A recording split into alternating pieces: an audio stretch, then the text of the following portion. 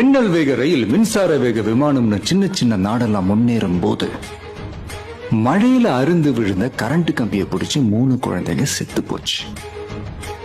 அவங்கள காப்பாத்த போன இந்த தினக்கூலியோட கை 2 போச்சு. மின்சாரத்துறை கேவலம் கொசு கடிச்சு ஒரே மாசத்துல 87 பேர் செத்து போன கொடுமை எங்கேயாவது நடக்குமா? டெங்கு ஃபீவர்,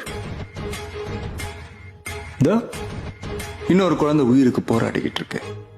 போக்குவரத்து துறை, கல்வி, மின்சாரம், விவசாயம், இவங்க ஒவ்வொருத்தர் பின்னாடி ஒரு டிபார்ட்மெண்டே இருக்குமா? ஆட்சியில வந்து உட்கார்ந்துட்டா அந்த 5 வருஷம் என்ன வேணாலும் ஆடலாம்ன்ற அவனுங்களோட இந்த திமிரு அடக்கணும்னு தான் அப்படிதான் பண்ண. திரும்ப வந்தா திரும்பவும் அடிப்பேன். That's all. I don't care about anyone.